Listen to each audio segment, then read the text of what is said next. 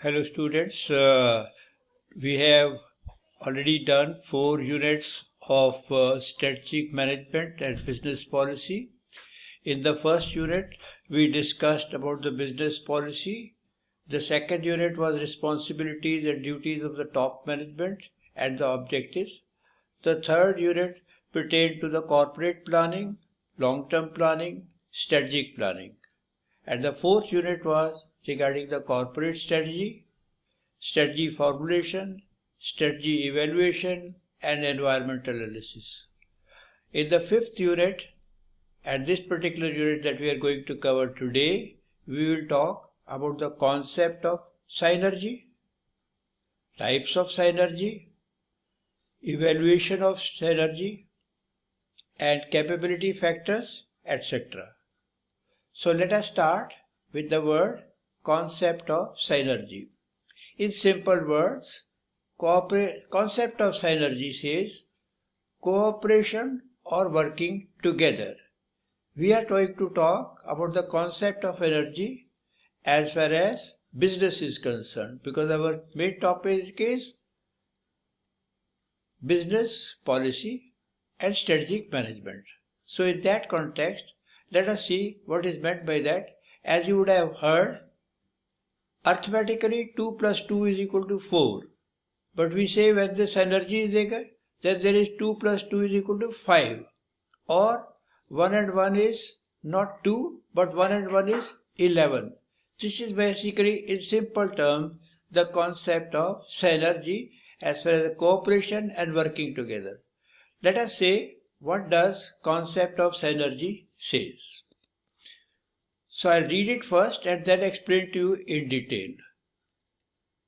Synergy in management and in relation to teamwork refers to the combined effort of individuals as participants of the team. That is the condition that exists when the organization parts interact to produce a joint effect that is greater than the sum of the parts acting alone. So now we'll go slowly one by one. Synergy in management in relation to the teamwork. Combined effort of the individuals as participants of a team. Let's say a sports team. When players are there, each one has got its own position, own responsibilities and all that. But when they have to score a goal, then they have to work in a combined manner. And that is what we say, combined effort. So similarly, in a corporate, there are businesses, the combined effort of the businesses. In each of the businesses, the combined efforts of the various functional areas. Then in each of the functional area, the combined efforts of the various teams in that functional area or the individuals working in that area. So what we say, main emphasis is on the combined effort of individuals as participants of the team. So the condition that exists when the organization parts interact to produce a joint effect that is greater than the sum of the parts acting alone. Let us take the example of today itself. Say today we have a number of institutions, colleges closed because of the coronavirus and all that. As a result, we have to have newer ways of teaching the class. So online teaching process has started. Now not all the students or all the faculties were very familiar with the concept of online teaching. Some of them were very good teachers, but they did not know how to use the technology. Some of them were very good as far as the technology is concerned, but they were not very familiar with teaching online also. So a joint effort put in by the faculty, say of the management department, in that they taught the students as to how to study online. Then accordingly, as you would have seen, with the efforts of now all of you are connected through online classrooms, and that is because of the joint effort. And the sum total is that some people who were not fully aware of the technology or some people who were not fully aware of the way the interaction is to be done with the students, both have come together and they have interacted together to produce that everybody is benefited. So the combined effect or the joint effect is greater than the sum of the total parts acting alone. Once again, combined effort when the people are working in a team.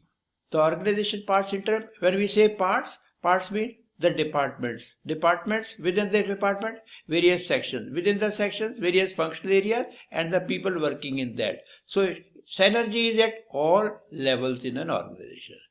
So having seen the concept of synergy, 2 plus 2 5 or 1 plus 1 11 or cooperation, working together, let us see what are the various examples of synergy in business. Now, one of the examples of this thing is mergers and acquisition. That is buying or teaming up with a complementary business and joining forces to grow faster. Let me explain. As you would have heard, with effect from 1st April 2020, number of banks are combining together or merging together. For example, we have the Punjab National Bank, Orient Bank of Commerce and United Bank going to make the second largest bank. All the banks are merged together and going. Similarly, there are other banks like Canara Bank or Syndicate Bank, and some more examples are there. With the result, some 10 or 11 banks all combined together are going to make 4 larger banks, primarily so that they can have better revenue, better collection and better service that they can provide. So they'll working on the strength of each other and all that, and as a result they will be mergers. Similarly, mergers and acquisitions, separate companies are there, those who merge and acquire. Last year also there were a number of mergers and acquisitions, and this is a continuous process, primarily to build up the energy, working on the strength of each other, so that the joint effort is greater than the individual this thing. Then we have adding new products or services, that is to complement the product and services already there. Let us take 2 or 3 examples in that. New products. For example, let's say Samsung. Samsung was producing electronic goods, say for example television. They knew that if a person is going to buy a television, he also would need a microwave oven. With the microwave oven, other household goods like refrigerator or maybe another item like washing machine, etc. and all. So new products were added to in the existing product also. Or say services. Say services are being provided by one particular for servicing of a particular item or something. Then say air conditioner services unit or something. So once they are servicing one, they get to service the other people's manufacturers service also. So as a result of that, new products or new services are added. Or for example, let us say new products or services, say you go and buy a particular car or a particular scooter or a bike or something. You know that along with that there is a requirement of getting the RC, that is a certificate for this thing. Then you require a particular insurance and all that, and if you have an old bike or an old car, you want to sell that off. So they add these particular services that along with the selling the car, they will provide you services like getting the registration number, getting the insurance done, taking your old vehicle, disposing it off and all that, and also providing you the after sales service, etc. So these are some of the examples. Let us take another third example of our synergy in business. Geographical expansion. As the name suggests, selling interstate or internationally and having offices located in those areas to reach larger base of target customers and therefore increase revenue. Selling interstate, from one state to another, that is the interstate, or say from North India to South India or South India to North India, that is the geographical expansion within the own country as well. And as you know, lots of foreign companies are operating in India and lots of Indian companies are operating outside India as well. So as a result of that interstate or internationally. For example, Airtel is one of the service provider for telephonic, TV and broadband services. They have good network as far as India is concerned. To expansion, they also provide service in say Africa or certain other neighboring countries, etc. as a geographical expansion. Similarly are the various other people who provide that. Let us take one more example of franchising. Franchising, as you would have heard the name many times earlier also, let's see what does it mean.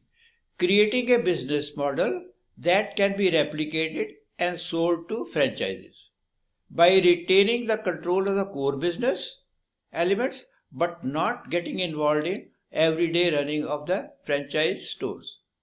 Say, you will understand it better.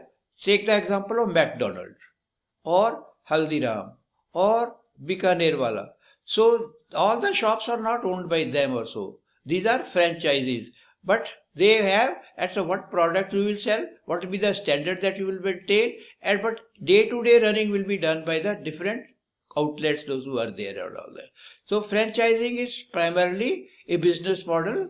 For example, Ola or Uber, they don't own a particular car, but they are franchising. Their name is being just Ola or Uber, but the taxis are being provided by various people and all that. So there is a franchising, that you are having a taxi operator, but at the same time you are franchised with Ola or Uber and you are providing that particular service. So it is beneficial to both. Main aim of all this thing is that is combining and working together. That is aim beneficial to both of them. So having seen some examples of mergers and acquisitions, adding new products or services, geographical expansion, franchising, let us see what are the various types of synergy. Three common types of synergy are what we call as the revenue synergy. The revenue synergy primarily is when, as a result of merger or acquisition, the combined company is able to generate more sales, that is more revenue, than the two companies would be able to do so separately. So primarily what does it mean? That increasing the sales, and as you have more sales, naturally revenue generated will be more, and as a result then the two companies will be doing individually. Now this can be done in many ways and all that. Some of the examples I will give revenue synergy, that sharing of information technology. There is some information based with one company, some information based with the other company, they share it, and as a result of that they expand their particular market or so. Improved sales and marketing, that network of one particular company is better in this, and say last year when the banks had the mergers or so, say our Bank of Baroda, there are other two banks, those who merged with that, they had one very strong Vijaya Bank in Maharashtra and Dena Bank in South India, and Bank of Baroda Pan India. As a result of they all mergers and acquisition took place, as a result of the revenue generated much more, and because wherever Dena Bank was strong or wherever our Vijaya Bank was strong, the Bank of Baroda was also to reach there and all that. So that was an example of that. Then we may have supply chain efficiency. I may be able to have, say for example, we have revenue synergy. For example, Maruti produces cars in or vehicles in this place, Gurgaon, but they have to sell it, so they have to have revenue, for revenue synergy, a good supply chain management with the other people who are there and all that. Having seen this cost revenue synergy, then we have is the cost synergy. Cost synergy refers to the opportunity as a result of merger and acquisition for a combined company to reduce the cost more than the two companies would have put together. So basically here the main aim is to have advantage by reducing the cost of this. And cost of this can be reduced only if we have, say, patents we have, complementary products we produce, and complementary geographical location we are. So by way of better technology, by way of working together better, and that's how we reduce that cost. And the third and the last type of energy that we are going to study is the financial study. As a result of reduction of cost or as a result of our revenue generation, ultimately it will result to financial synergy. In some cases, combining companies can result in financial advantages, since the standalone companies would be otherwise unable to achieve individually. For example, the banks. Some banks were not doing very well, other banks are doing very well. So it is advantages to both of them. They are able to reach their base, as well as the other banks were not, so they would be going into still greater loss and all that. So it is a revival for them and all that. So as a result of that, it is beneficial to both, that is the banks which are merged. So in case of financial synergy, financial advantage than the standalone companies. That is all that we will do today as far as synergy concept is concerned and the type of synergy. In the next